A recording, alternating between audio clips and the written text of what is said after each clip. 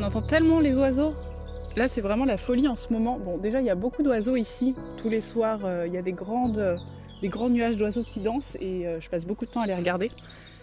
Et là, le matin, même quand je sors à 8h, j'entends les oiseaux qui chantent. Et le matin aussi, enfin le matin et le soir, même quand il fait nuit. Donc je suis un peu étonnée, mais c'est hyper agréable d'entendre les oiseaux comme ça. Hop, ça fait du bien. Et là, on a un grand ciel bleu et oh mon Dieu, quel bonheur parce qu'on a eu plus de 10 jours de pluie non-stop et j'avais pas vu la lumière du soleil. Donc ça fait tellement du bien. J'en profite, je suis en chemise. Il fait hyper doux. Le mois de février, c'est vraiment un mois que j'adore parce qu'on sent le printemps qui arrive. Je sais que c'est peut-être un peu tôt, mais moi je le sens. Enfin, j'ai vraiment l'impression de sentir le printemps qui arrive. Ah. Alors la lumière va beaucoup bouger parce qu'il y a quand même quelques nuages dans le ciel, mais le soleil va revenir. Je vais quand même peut-être augmenter un peu la lumière. Voilà, comme ça, ce sera quand même plus sympa. Et donc ouais, le mois de février, moi c'est vraiment un mois où je sens le printemps qui revient. Bah déjà là, il fait nuit à 18h. Au mois de décembre, il faisait nuit à 16h30, donc là on a quand même gagné pas mal de lumière. Pareil le matin aussi. Je vais ouvrir un petit peu plus tôt aux animaux d'ailleurs maintenant parce que le soleil est tôt, il fait un peu plus tôt jour. Et puis là il fait doux. Bon après ça c'est autre chose parce que la douceur au mois de février c'est pas tout à fait normal. Je me souviens l'année dernière on avait eu 20 degrés je crois au mois de février aussi. Bon, ça reste hyper agréable mais bon ça c'est quand même quelque chose de plus problématique. Mais sinon pour le reste c'est hyper agréable quoi. On sent vraiment que le printemps commence à arriver et moi dès le mois de février je commence un peu à papillonner et revivre un peu quoi, donc ça fait du bien. Et donc voilà, je suis trop contente. Et je voulais donc vous parler un peu de la routine des animaux parce que vous avez été plusieurs à me demander une vidéo où je vous montrerai la routine des animaux. Donc je me suis dit que j'allais filmer un peu ce que je faisais et vous en parler et vous dire à peu près ce que je fais avec eux. C'est relativement simple. Donc le matin, je me réveille moi vers 8h, 8h30. Donc là, il y a trop de lumière maintenant. Vers 8h, 8h30, généralement, je bois un café et puis après, je vais ouvrir aux animaux parce qu'ils sont dans un enclos fermé parce que c'est pour les protéger des autres animaux. Parce qu'il y a des poules et les poules et 2 biquets. Donc du coup, il y a déjà eu des renards et des animaux. Donc c'est juste pour les protéger, mais ils ont quand même un espace où, même le matin, si j'arrive un peu tard, ils peuvent quand même sortir et faire un peu leur vie. Mais je vais leur ouvrir vers 9h généralement. Là, je commence un peu à ouvrir plus tôt parce que ils commencent à faire jour un peu plus tôt. Donc j'y vais entre 8h30 et 9h maintenant. Donc je leur ouvre et ensuite je vais nourrir les animaux. Donc les poules me suivent parce qu'elles ont grave la dalle. Donc je vais leur donner à manger. Je leur donne une petite ration de graines, un mélange de graines. Je ne sais pas ce que c'est exactement. Et l'idée c'est de donner à manger aux poules mais séparément des biquets parce que les biquets faut pas qu'ils mangent la nourriture des poules parce que c'est pas bon pour eux je crois. Et puis pour que surtout les poules puissent manger tranquille parce que sinon ils veulent bouffer la nourriture des poules et les poules ont peur. Donc je mets il y a des bâtiments fermés donc soit si les biquets veulent pas sortir parce que des fois il pleut ils veulent pas sortir donc je les fais manger dans un bâtiment à part. Sinon je les fais re-rentrer dans la bergerie et je ferme pour pas que les biquets rentrent. Et pendant que les poules mangent, je nourris les biquets, donc je leur donne des petites graines aussi le matin et on essaye de faire le petit tour du jardin, enfin le grand tour du jardin, parce qu'il y a plein d'herbes qu'ils peuvent manger, ça leur permet de se nourrir aussi, pas que avec les graines. Donc voilà, donc on fait le tour, ça nous prend bien 10 minutes le matin parce qu'ils s'arrêtent pour manger les herbes, voilà, donc ça c'est super chouette. Je leur donne petit à petit le temps de faire le grand tour. Donc on passe au bord de la rivière, c'est super sympa en plus. Et c'est là que je fais toutes mes belles images avec les belles ambiances du matin et que je passe aussi beaucoup de temps à contempler la nature pendant que les animaux mangent. Et donc aussi j'en profite souvent pour aller faire des autoportraits le matin, une fois que je les ai nourris. Et donc ensuite, une fois qu'on a fini le tour, je rentre les graines et puis je réouvre aux poules qui ont souvent fini de manger. Et voilà, puis après la journée se passe, ils font leur vie, ils vont manger dans le jardin. C'est un très très grand jardin. Je pense que ça doit faire peut-être 5000 m², quelque chose comme ça. Donc c'est un jardin qui est très beau parce qu'il le laisse un peu sauvage justement pour la biodiversité. Il y a toute une zone de marais à l'intérieur, il y a la rivière qui passe, il y a plein d'arbres, plein d'herbes différentes. Donc les biquets ont grave ce qu'il faut pour manger toute la journée. Et les poules pareil, elles retournent la terre, elles mangent des vers de terre. Enfin c'est carrément le bonheur. Hop, lumière qui change, on remet de la lumière. Donc voilà, tout le monde fait un peu sa vie dans la journée. Moi, je passe les voir plusieurs fois par jour pour jouer avec eux, leur donner un peu de compagnie. Et souvent, donc l'après-midi aux alentours de 14h, mais on essaye de pas trop donner d'horaire fixe parce qu'une fois que tu donnes des horaires fixes, après ils sont au taquet, ils t'attendent vraiment. Je redonne un peu à manger aux poules parce qu'elles aiment bien l'après-midi, donc pas tout le temps, mais et du coup je refais la même technique, je les mets à part des biquets. Et les biquets, pas forcément, des fois je vais leur redonner des graines, mais c'est pas obligatoire. C'est aussi pour les inciter aussi à aller manger un peu les herbes qui sont au fond du jardin, parce qu'ils y vont pas toujours d'eux-mêmes, et donc sinon ils se nourrissent moins, ou alors ils vont essayer de grimper pour essayer de manger des trucs à des endroits pas possibles, donc ils font des bêtises sinon, donc voilà. Mais moi souvent je vais me promener dans le jardin et ils me suivent, donc ça leur fait un endroit où ils peuvent manger, quand moi je vais me promener ils me suivent, donc ils en profitent pour manger. Et voilà, et après le soir je vais leur fermer vers 21h généralement, je ferme la barrière pour qu'ils soient protégés des autres animaux. Mais de même, ils rentrent, les poules, dès que la nuit tombe, elles rentrent dans leur poulailler, puis pareil, les biquets se mettent dans la bergerie. Et donc c'est une bergerie partagée, parce que d'un côté il y a le lit des biquets, et de l'autre côté il y a le petit poulailler qui est en forme de petit chalet en A, donc vous savez à quel point je trouve joli. Mais voilà, en forme de petit A-frame, et donc les poules se mettent là, ils partagent la bergerie, mais avec des espaces séparés, donc c'est sympa, c'est petite coloc, mais chacun chez soi. Et donc voilà pour la routine simple.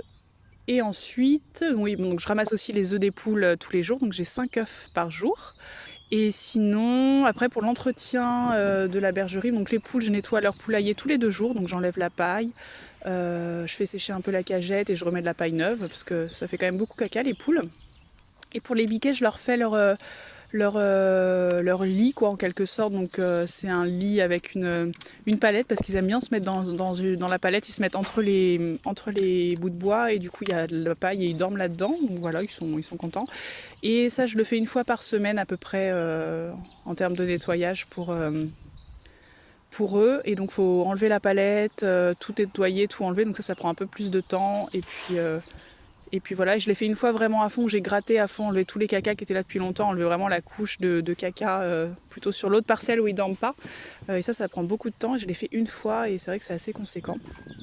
Donc voilà, pareil, j'enlève tout, je laisse un peu la palette sécher s'il y a eu des pipis ou ce genre de choses.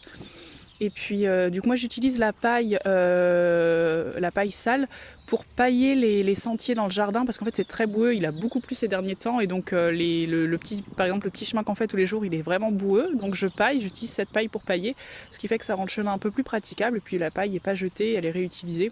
Puis souvent les poules retournent gratter dedans, donc voilà, c'est pas perdu.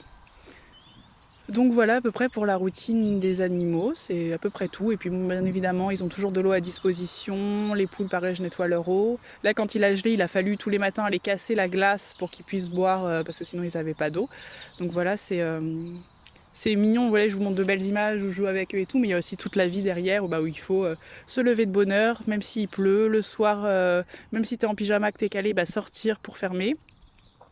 Mettre les mains dans le caca, nettoyer les enclos, enfin voilà, c'est la vie, la vraie vie avec les animaux, mais voilà, moi ça me plaît, en tout cas j'aime beaucoup m'occuper des animaux, mais c'est vrai que je sais pas si moi à terme j'aurai des animaux, parce que c'est quand même une grosse responsabilité. Puis aussi moi pour ma vie un peu de troubadour où j'arrête pas de bouger, ça c'était Malo qui vient d'éternuer, le bruit.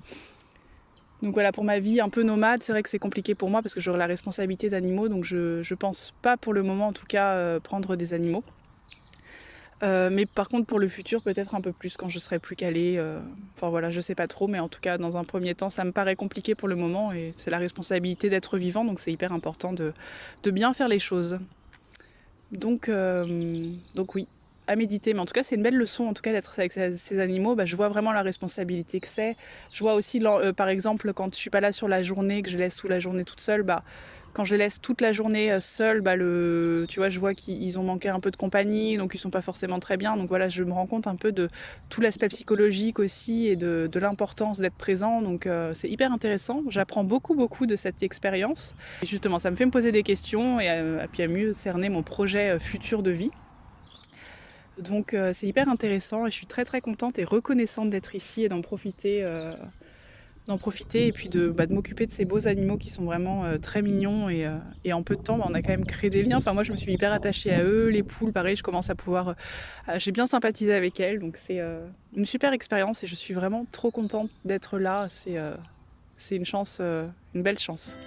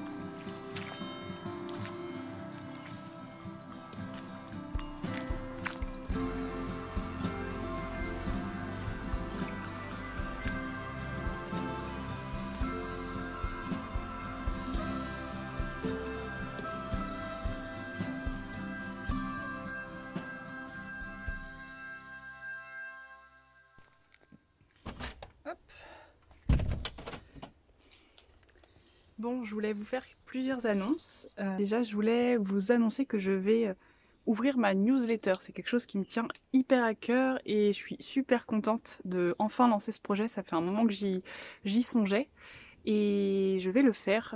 Je suis en train de travailler dessus justement pour pouvoir envoyer la première newsletter début mars. Et ce sera donc une newsletter qui parlera de plein de choses. Déjà, il y aura des recettes dedans, parce que vous êtes nombreux à me demander des recettes, et donc c'est enfin un endroit où je vais vous mettre les recettes. Voilà, donc ce sera principalement des recettes de saison, des recettes économiques, anti-gaspi, enfin voilà, je vais essayer de faire quelque chose d'assez chouette. Donc voilà, il y aura ça, il y aura aussi des tutos, des do-it-yourself, de bricolage, de récup, enfin voilà, pour essayer de faire quelque chose enfin voilà, de vous montrer comment moi je bricole aussi un peu. Donc il y aura plein d'astuces à l'intérieur. Il y aura aussi des photos inédites, des petites vidéos parfois que je vais faire spécialement pour la newsletter. Et puis, euh, et puis je vais aussi vous raconter un petit peu des petites choses plus personnelles. Ce sera comme des petites lettres un petit peu de développement personnel où je vais vous parler de sobriété heureuse, de frugalité, d'hypersensibilité. Enfin voilà, plein de petites choses qui me tiennent à cœur et que je vis au quotidien. Donc voilà, ce sera un petit plus.